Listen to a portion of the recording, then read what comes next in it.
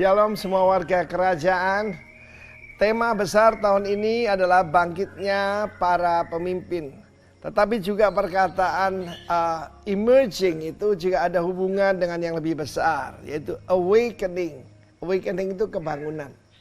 Juga ada outpouring, pencurahan Roh Kudus. Pak Niko memberi nama Pentakosta ketiga. Lalu awakening itu di Amerika sudah dicanangkan oleh Mike Evans, yaitu ada the third great awakening. Yang pertama adalah waktu Jonathan Edwards 1730 lalu kemudian selanjutnya dilanjutkan oleh para revivalist yang lain. Dan ada yang ketiga, yaitu revival. Revival itu adalah kebangkitan rohani yang besar sekali. Jadi bukan cuma bangun, tapi dihidupkan dari antara orang mati. Dan saya menemukan ada satu ayat yang luar biasa, yaitu pada waktu Raja Salomo, dia menghadap Tuhan. Dan dia berkata, kalau engkau menutup langit sehingga tidak ada hujan. Indonesia sedang mendengar deru-deru daripada resesi. Itu menakutkan banyak orang.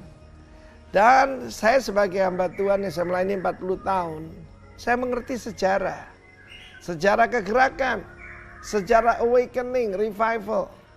Indonesia mengalami revival yang pertama 1965, yaitu ketika kita mengalami hampir saja bangsa ini pecah, saling membunuh, dan kejadian yang sangat mengerikan 1965.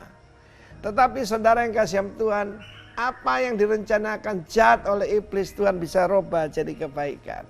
Dan ketika dia berdoa seperti itu, ada ayat dalam 1 Raja-Raja 8 ayat 37 yang berkata, ketika Tuhan bukan cuma menutup langit, tetapi ada penyakit sampar, kelaparan, penyakit gandum, belalang pelahap.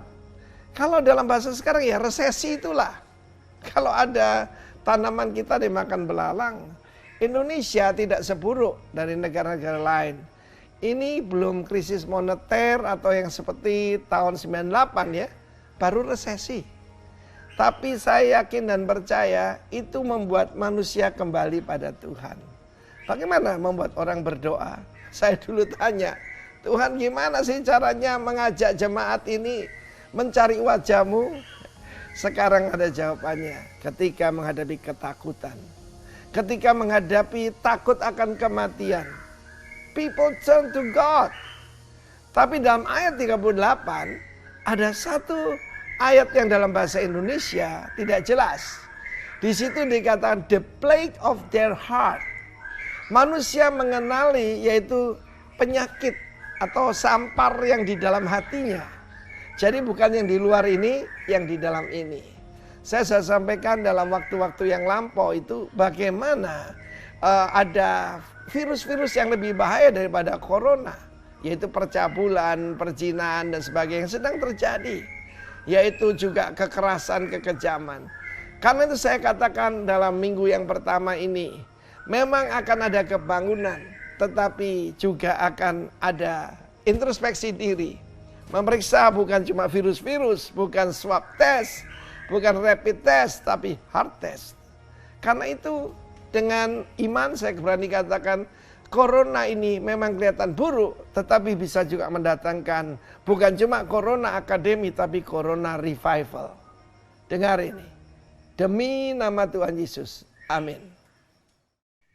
Shalom warga kerajaan yang dikasihi Tuhan. Bisa mendengarkan suara saya? Kalau bisa mendengarkan, coba angkat jempol. Bisa ya? Puji nama Tuhan. Ini pertama kali ya, senang bisa berjumpa lagi dengan kita semua di rumah masing-masing ya. Memang kali ini agak berbeda karena biasanya ya tidak bisa memandang wajah-wajah saudara sekalian. Sekarang kelihatan wajah-wajah yang penuh dengan sukacita ya, walaupun ada di tengah pandemi COVID-19. Haleluya. Ya, sudah setengah tahun kita tidak kebaktian onsite ya, kebaktian di gedung dan hanya melalui YouTube. Puji Tuhan, saat pagi hari ini kita bisa kebaktian ya, ibadah secara komunal ya, kebaktian bersama di ruang ibadah virtual dengan menggunakan aplikasi Google Meet.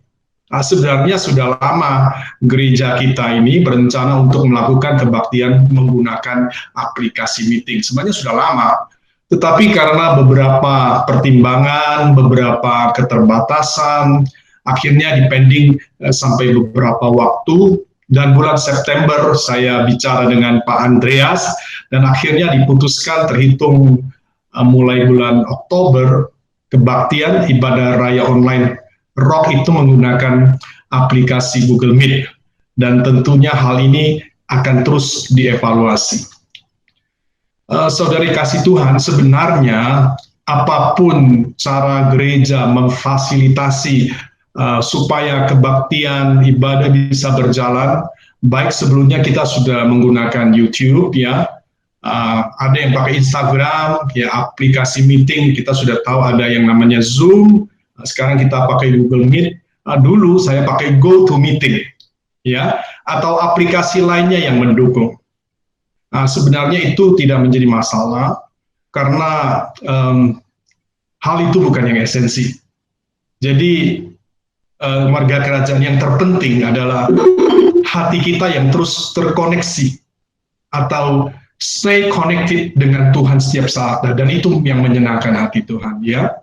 Baik, pagi hari ini saya akan menyampaikan pesan firman Tuhan yang judulnya adalah sebuah pertanyaan Yesus kepada kedua murid Yohanes Pembaptis yang saat itu mulai mengikutinya. Mereka, kedua murid Yesus mulai mengikuti, kedua murid Yohanes Pembaptis mulai mengikuti Yesus, ya. Saya akan tampilkan slide-slide-nya. What seek ye? Apa yang kamu cari?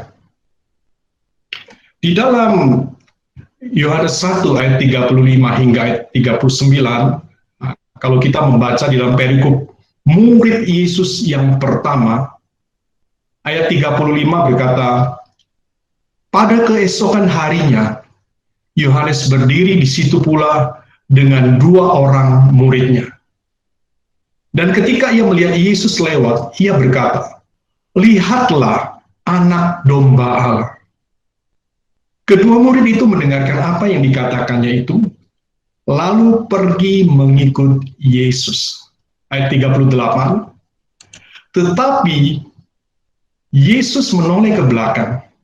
Ia melihat bahwa mereka mengikut dia, lalu berkata kepada mereka, apakah yang kamu cari? Kata mereka kepadanya, Rabi, artinya guru, di manakah engkau tinggal? Ia berkata kepada mereka, marilah dan kamu akan melihatnya. Mereka pun datang dan melihat di mana ia tinggal, dan hari itu mereka tinggal bersama-sama dengan dia. Waktu itu kira-kira pukul 4. Jadi kejadian Yohanes Pembaptis melihat Yesus lewat, ia berkata, dan saya yakin sambil menunjuk, lihatlah anak domba Allah. Waktu itu Yohanes Pembaptis sudah mempunyai pengikut, dan pas saat itu ada dua orang murid yang sedang bersama-sama dengan dia. Mereka adalah Andreas dan Simon. Ya, mereka berdua inilah yang langsung mengikuti Yesus dari belakang.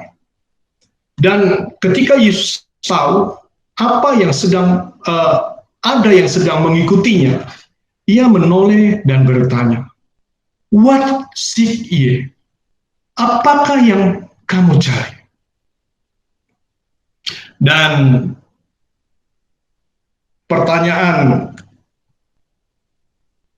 yang ditanyakan oleh Tuhan Yesus, pertanyaan yang Yesus tanyakan kepada murid-murid Yohanes Pembaptis, saat ini Yesus tanyakan kepada kita, what seek ye? Apakah yang kamu cari? Kita semua kan mengikuti Yesus. Lantas apa yang saudara sekalian cari? Coba flashback apa yang kita cari selama ini.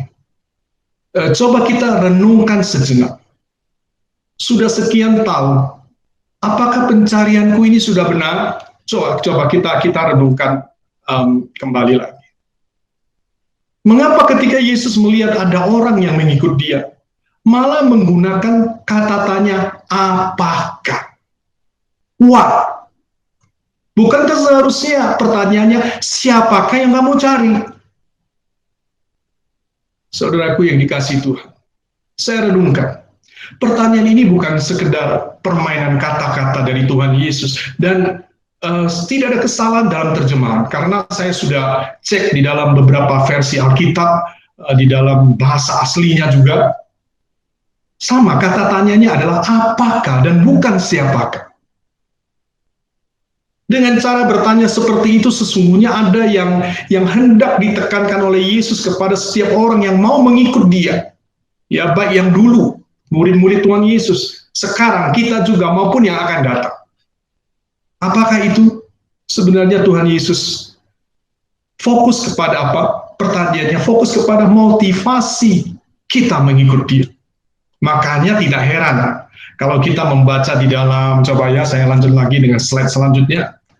Matius 19 ayat yang ke-27, lalu Petrus menjawab dan berkata kepada Yesus, kami ini telah meninggalkan segala sesuatu dan mengikut Engkau.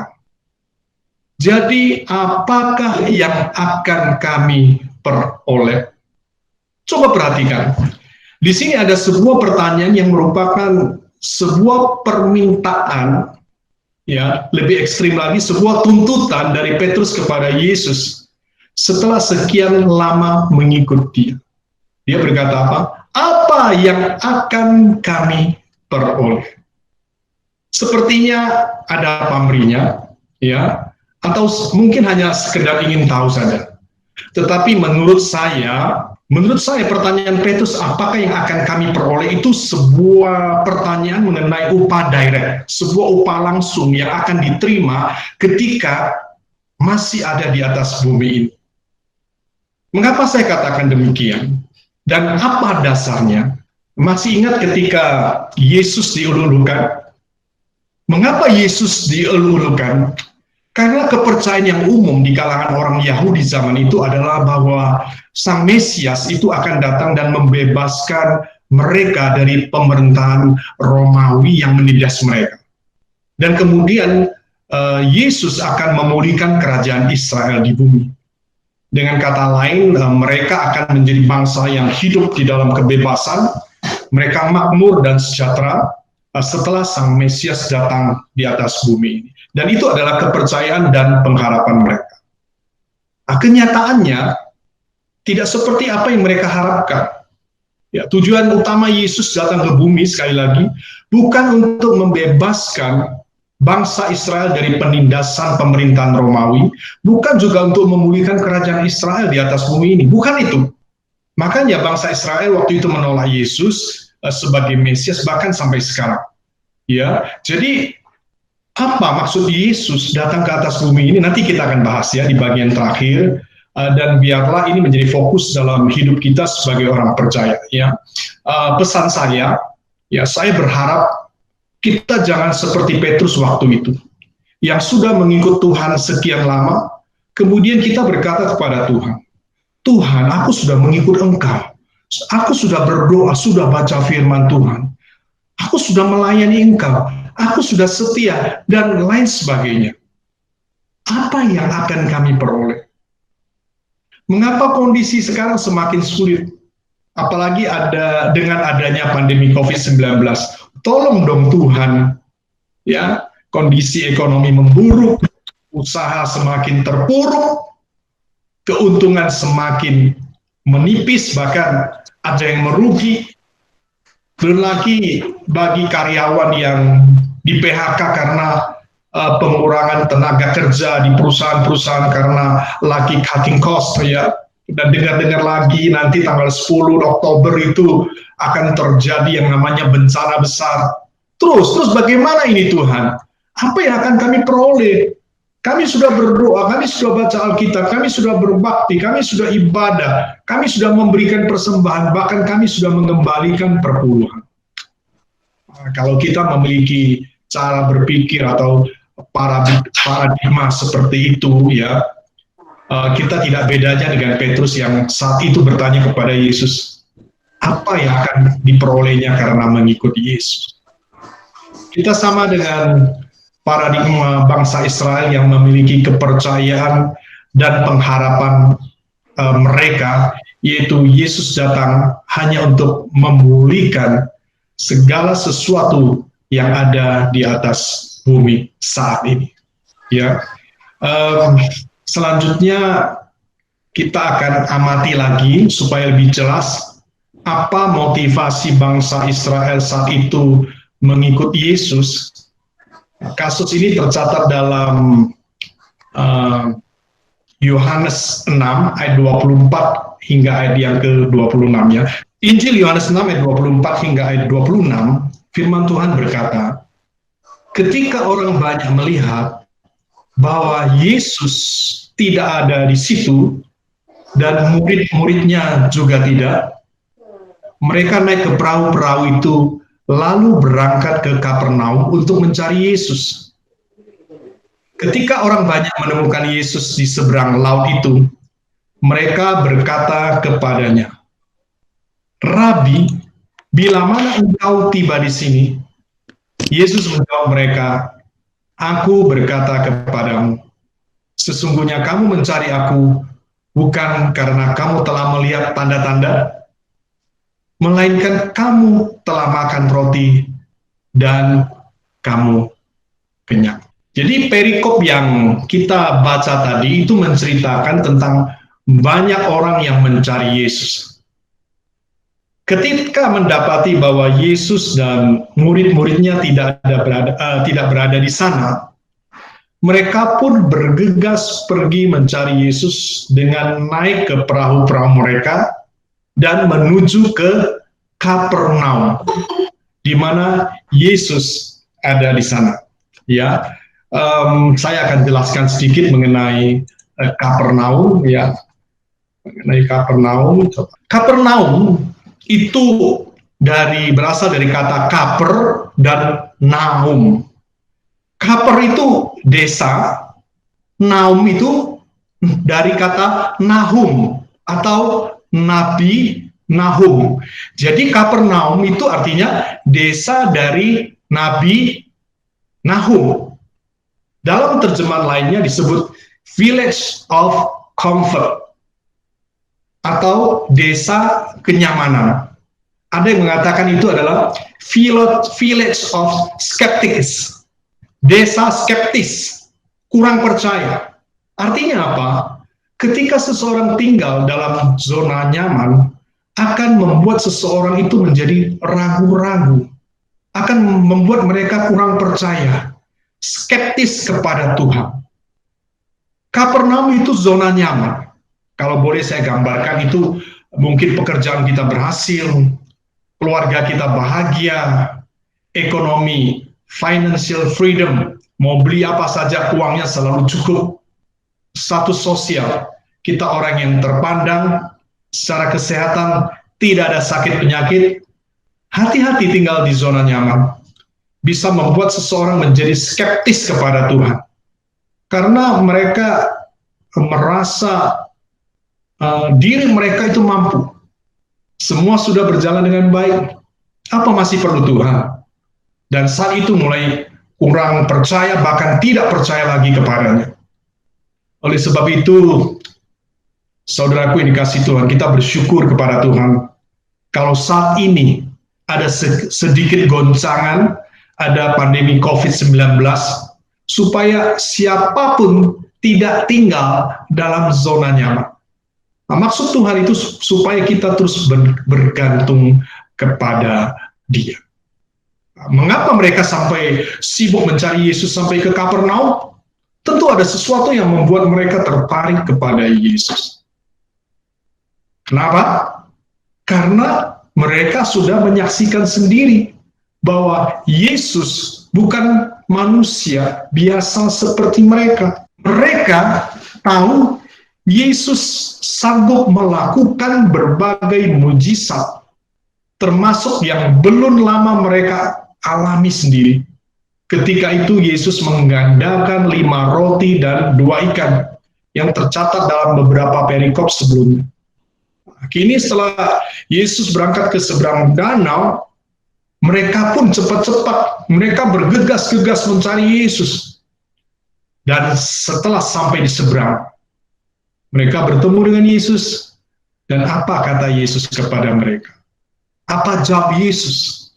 Aku berkata kepadamu, sesungguhnya kamu mencari aku, bukan karena kamu melihat tanda-tanda, melainkan karena kamu telah makan roti dan kamu kenyang. Perhatikan bahwa Yesus menegur mereka karena motivasi mereka untuk mencari Yesus sesungguhnya itu salah. Mereka bukan mencari Yesus karena mengerti apa maksud dari segala mujizat dan keajaiban yang dilakukan Yesus. Yesus punya maksud melakukan semua itu supaya tahu bahwa Yesus itu adalah Allah, adalah Tuhan. Dia adalah anak Allah yang diutus ke atas bumi ini. Tetapi mereka itu mencari Yesus karena membutuhkan pertolongan semata. Bukan karena mereka ingin mengenal pribadi Yesus sesungguhnya. Bukan karena mereka peduli terhadap Yesus. Sekali lagi, semata-mata karena mereka ingin kebutuhan dan keinginan mereka dipenuhi. Tidak sedikit di antara orang percaya yang rajin mencari Yesus. Mencari Yesus itu tentu baik, tetapi itu hanya baik jika didasari motivasi yang benar. Kenyataannya banyak orang yang akhirnya sibuk mencari Yesus bukan karena mengalami pertobatan yang sesungguhnya atau ingin hidup diperbarui, namun karena mempunyai daftar yang panjang. Ya, daftarnya isinya apa? Permintaan yang ingin dipenuhi oleh Tuhan. Jadi maksud-maksud terselubung seperti ini sesungguhnya tidaklah menjadi dasar yang baik untuk mencari Yesus, saudara. Ada orang yang mencari Yesus karena bisnis yang bangkrut. Ada beberapa orang yang datang kepada saya, mereka nangis-nangis bisnisnya bangkrut dan harus mulai dari pertama lagi.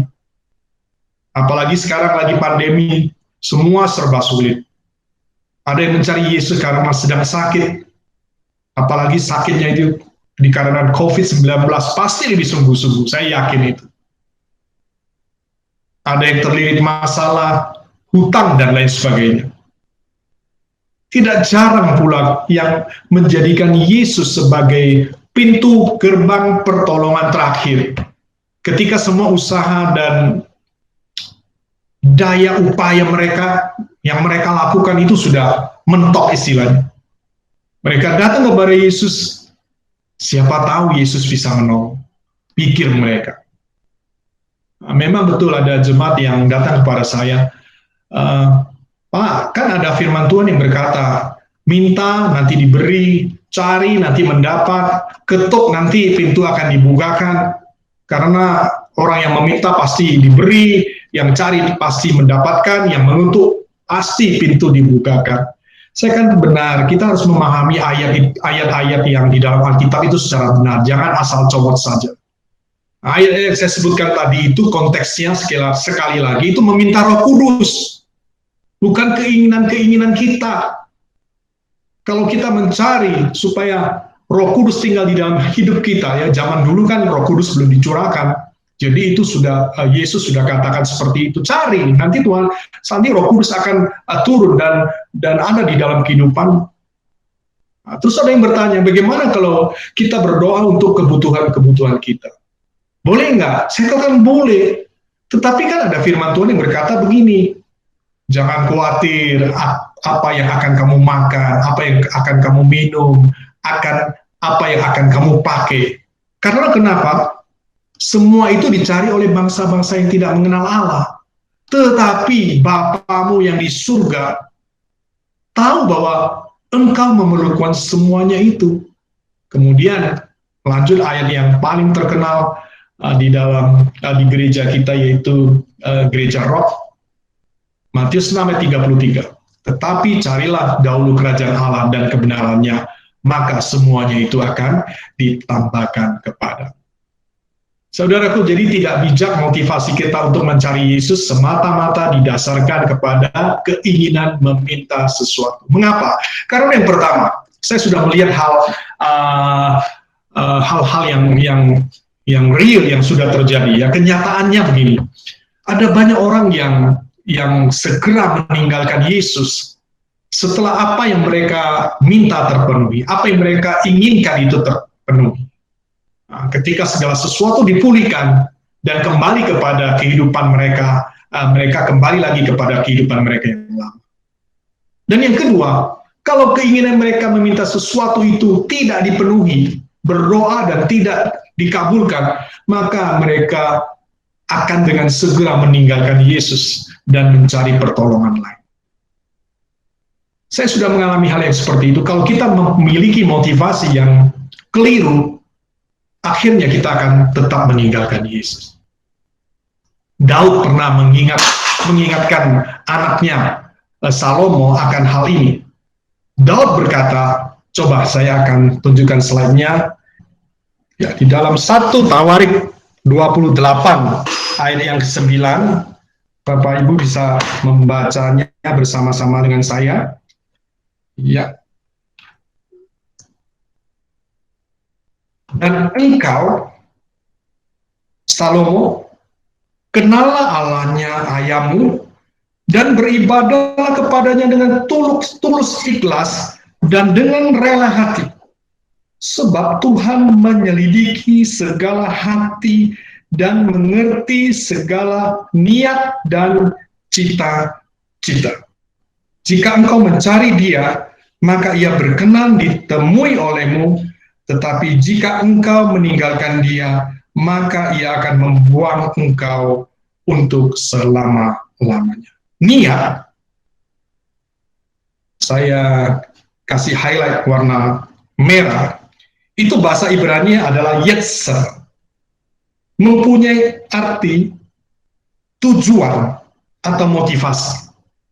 Jadi Tuhan itu mengerti segala tujuan kita, motivasi kita, cita-cita kita. So, what motivate you to follow Jesus? Apa motivasi kita mengikut Yesus? Apa yang menjadi motivasi kita hari ini mengikut Yesus? Apa yang seharusnya menjadi motivasi yang benar? Kenyataan ada banyak orang yang motivasinya melenceng dari seharusnya. Banyak orang yang hanya mendasarkan motivasi untuk hidup makmur berlimpah harta, bisa sembuh dari penyakit, menerima mujizat-mujizat dan hal-hal spektakuler lainnya. Maunya hidup bebas dari masalah. Banyak orang yang mengikuti Yesus semata-mata hanya berpikir sempit secara dunia yang fana. Saudaraku, justru mereka mengabaikan persiapan menuju kehidupan yang kekal di rumah Bapa kelak. Hidup berapa tahun? Saya sering telepon dengan Pak Andre, saya katakan, sekarang kita ini sudah 50 lebih, sudah hampir menuju ke 60. Apa yang kita cari? Jangan kita berpikir sempit secara dunia yang fana, tetapi ayo persiapkan menuju kehidupan yang kekal di rumah Bapa kelak. Kalau ada masalah, Pak Andreas selalu berkata, sudah hemat energi. Sudah. Kalau ada pergumulan, ayo hemat energi. Kita fokus kehidupan kita kepada kehidupan yang kekal. Ya, sudah saya sampaikan bulan lalu mengenai preparing for eternity atau persiapan menuju kekekalan. Oleh sebab itu, Yesus pernah memberikan kita nasihat supaya kita masuk melalui pintu yang sesat, karena lebar pintu dan luaslah jalan yang menuju kepada kebinasaan. Ya, yang dimaksud Yesus pintu yang lebar atau jalan yang luas itu bahasa Inggrisnya adalah majority belief. Apa itu? Apa yang dipercaya oleh mayoritas. Orang banyak, bahkan orang yang dipercaya orang-orang Kristen sekarang ini lewat pengajaran itu, maaf loh ya, ini banyak yang melenceng dari firman Tuhan.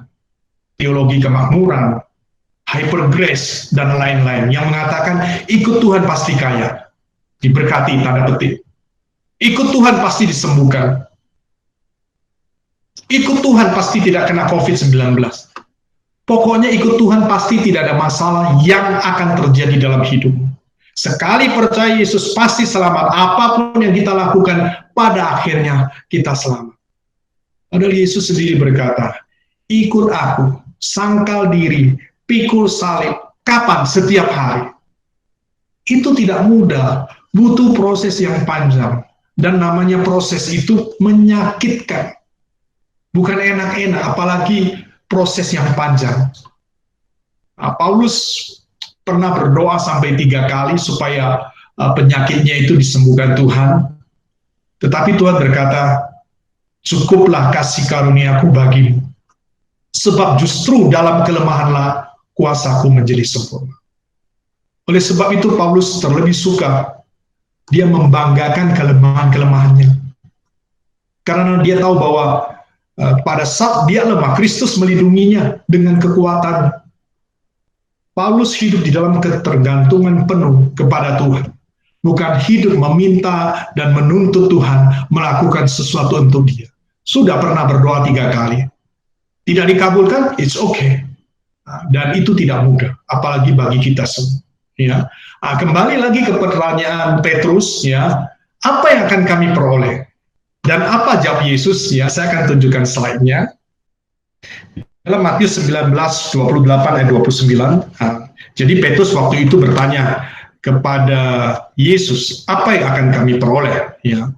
Ayat 28, kata Yesus kepada mereka, aku berkata kepadamu, sesungguhnya pada waktu penciptaan kembali, apabila anak manusia bersemayam di tahta kemuliaannya, kamu yang telah mengikut aku, akan duduk juga di atas 12 tahta untuk menghakimi ke-12 suku Israel. Ya, dan kita akan lanjut dengan ayat yang selanjutnya, ayat yang ke-29. Dan setiap orang yang karena namaku meninggalkan rumahnya, meninggalkan saudaranya laki-laki atau saudaranya perempuan, bapak atau ibunya, anak-anak atau ladangnya, akan menerima kembali 100 kali lipat dan akan memperoleh hidup yang kekal. Ini adalah ayat-ayat yang sulit, ya, tetapi saya akan pelan-pelan membahasnya, ya, supaya kita bisa mengerti apa maksud daripada Tuhan. Kalau kita sungguh-sungguh mengikut Dia, bukan mencari apa yang kita cari, tetapi kita mau mencari pribadi daripada Tuhan. Ya, jadi waktu penciptaan kembali itu berbicara mengenai masa 1000 tahun. 1000 tahun damai di Yerusalem baru. Itu waktu penciptaan kembali itu. Ketika tubuh kita ini yang fana sudah diubahkan menjadi tubuh kemuliaan, tubuh yang kekal, tubuh yang tidak bisa rusak. Dan saat itu kita akan masuk dalam masa yang kekal. Ya.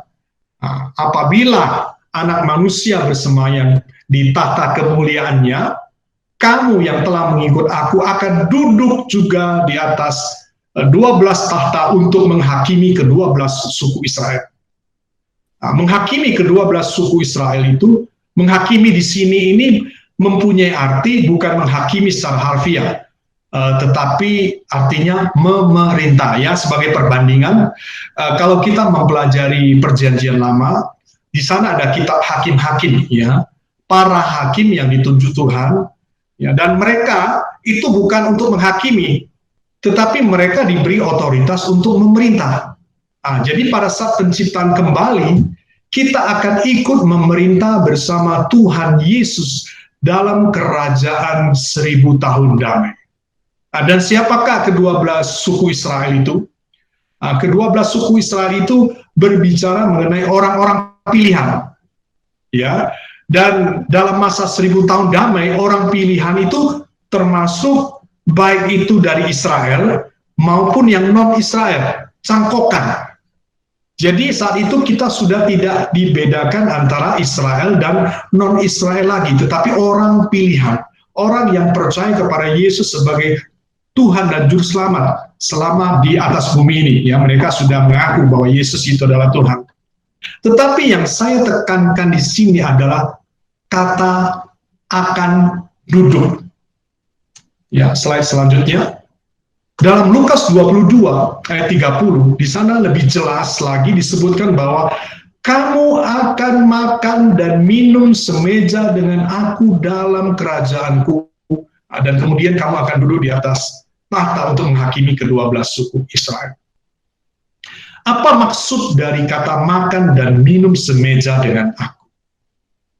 Itu tidak lain tidak bukan maksudnya memiliki persekutuan fellowship yang dekat dengan Tuhan, dan kita akan selama-lamanya bersama dengan Tuhan. Di sana Alkitab mencatat tidak ada air mata, tidak ada sakit penyakit, tidak ada orang buta, tidak ada orang timpang, tidak ada lagi maut, tidak ada lagi kematian, tidak ada lagi perkabungan, tidak ada lagi ratap tangis, tidak ada lagi duka cita. Sebab segala sesuatu yang lama itu telah berlalu.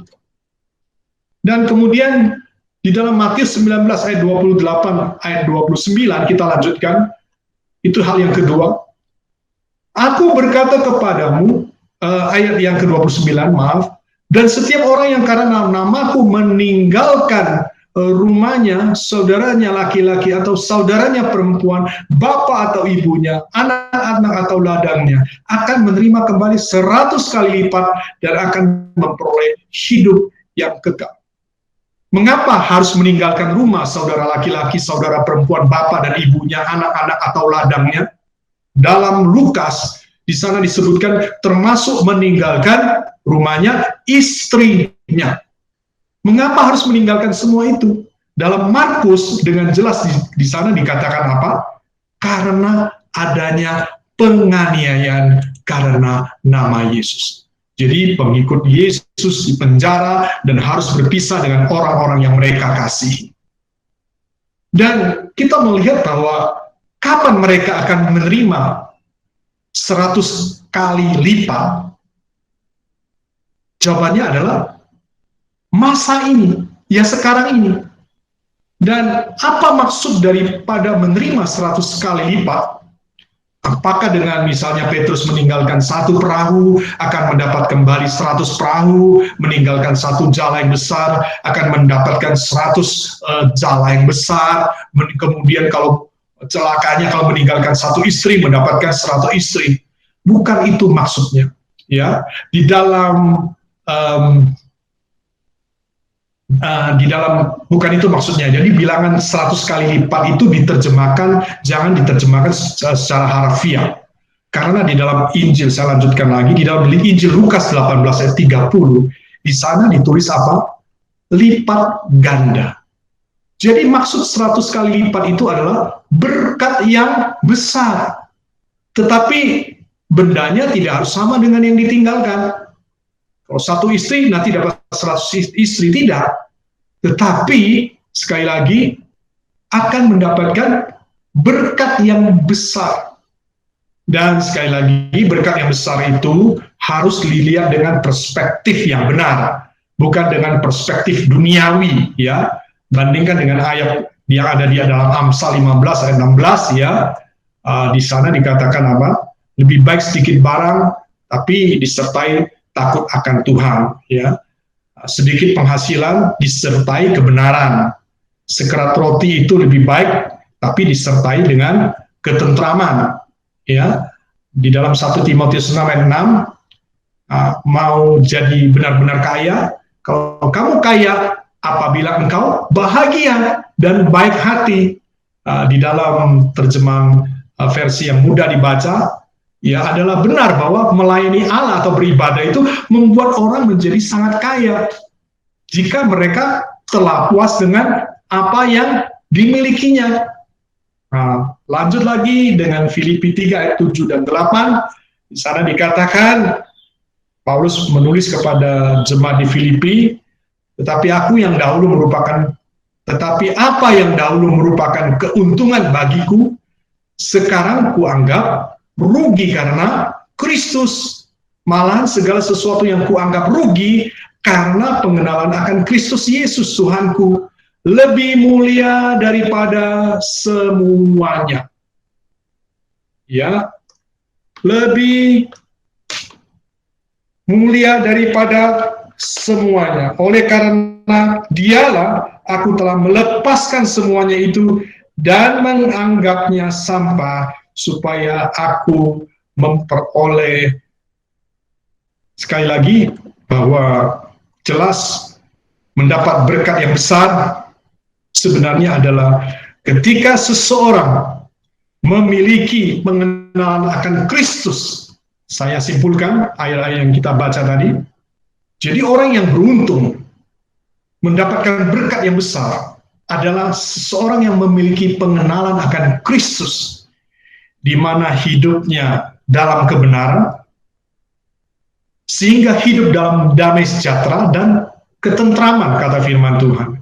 Hidup dalam sukacita dan kebahagiaan bersama Tuhan, baik hati dan puas dengan segala apa yang dimilikinya. Puas. Berkat yang besar bukan berbicara mengenai harta yang banyak, tetapi hati yang puas dengan Tuhan. Paulus menulis surat kepada muridnya Timotius, ya. Paulus menulis, kita masih ingat bahwa latihan badani, olahraga itu terbatas gunanya. Tetapi ibadah itu berguna dalam segala hal, karena mengandung janji. Janjinya untuk apa? Hidup sekarang ini, juga untuk hidup yang akan datang. Hidup yang kekal. Jadi sama seperti apa yang ditanyakan Petrus kepada Yesus, dan Yesus menjawab, engkau akan bersama-sama dengan aku selamanya di dalam kekekalan. Dan selama di bumi ini, engkau akan memperoleh berkat yang besar, 100 kali lipat. Apakah itu? Pengenalan Allah, di mana kita mengerti kebenaran. Dan ketika kebenaran ada di dalam hidup kita penuh dengan damai sejahtera, ada sukacita, ada ketentraman. Saat pagi hari ini, apa atau siapa yang kita cari sekarang ini? Kehidupan fana yang ada di atas bumi ini, dan segala sesuatu yang merupakan harta duniawi, ataukah kita sedang mencari kehidupan kekal, yaitu di dalam Yesus, dan kekekalan itu sampai selama-lamanya? Sekali lagi, itu tergantung pilihan kita. Ingat ya, iman kepada Yesus itu butuh yang namanya pengetahuan, pengertian, dan hikmat yang benar. Oleh sebab itu, lewat renungan firman Tuhan pada saat pagi hari ini, jangan sampai Tuhan bertanya, what seek ye? Apa yang kamu cari? Tetapi katakan kepada Tuhan, aku tidak mencari apa-apa Tuhan. Aku mencari pribadimu. Aku mau mengikut Engkau seumur hidupku. Bukan apa-apa yang akan aku cari, tetapi pribadimu ya Tuhan. Sebab ketika aku mengenal Engkau, aku percaya kebenaran itu ada di dalam hidupku, maka damai sejahtera, sukacita, dan yang lainnya akan ditambahkan kepadaku. Dan saya percaya saat pagi hari ini, ketika kita mendengarkan firman Tuhan, kita sudah mendapatkan pengetahuan, berdoa supaya Roh Kudus memberikan kita pengertian, dan pada akhirnya kita tahu bahwa hikmat itu yang akan membuat kita semakin hari mengerti bahwa yang kita butuhkan itu hanya Tuhan Yesus Kristus. Ya, baik. Saat pagi hari ini saya tidak perpanjang firman Tuhan karena sudah cukup panjang. Ya, kita akan lanjut dengan perjamuan suci. Bagi Bapak Ibu yang belum mempersiapkan roti dan anggur, mungkin bisa persiapkan sebentar. Saya akan berikan waktu 1 menit, ya. Kita akan bersama-sama berdoa. Tuhan hadir di tengah-tengah kita. Terima kasih. Firman Tuhan sudah datang kepada kami ya Tuhan. Dan biarlah kami mempunyai hati yang senantiasa ingin mencari, ingin mengenal Engkau lebih lagi ya Tuhan. Kami mau di dalam hidup kami hanya berfokus kepadamu. Dan saat pagi hari, terima kasih untuk kesempatan di mana kami boleh makan semeja dengan Engkau ya Tuhan. Memiliki fellowship yang dalam, yang dekat dengan Engkau. Warga kerajaan dikasih Tuhan, mari kita mengangkat roti dan dengarkan firman Tuhan. Dan ketika mereka sedang makan, Yesus mengambil roti, mengucap berkat, memecah-mecahkannya, lalu memberikannya kepada murid-muridnya, dan berkata, ambillah, makanlah, inilah tubuhku. Tubuh Kristus yang telah dipecah-pecahkan dan diremukkan, supaya kita disatukan kembali, rekonsiliasi dengan Bapa di surga. Bukankah roti yang ada di tangan kanan kita adalah persekutuan dengan tubuh Tuhan Yesus Kristus? Yang percaya makan dalam nama Yesus.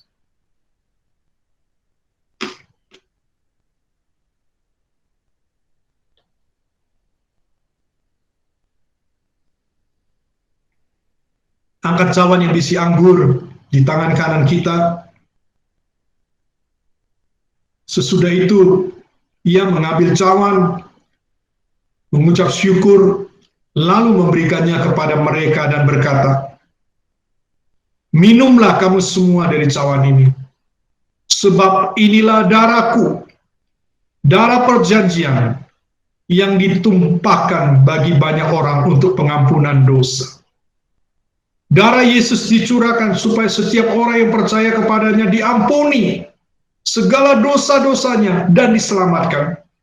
Bahkan yang sakit saat ini disembuhkan, yang lemah dikuatkan, yang hancur dipulihkan, yang terikat terbelenggu dibebaskan, yang putus pengharapan diberikan masa depan yang gilang gemilang. Saudari kasih Tuhan, bukankah anggur di tangan kita adalah persekutuan dengan darah Tuhan Yesus Kristus? Yang percaya minum dalam nama Yesus.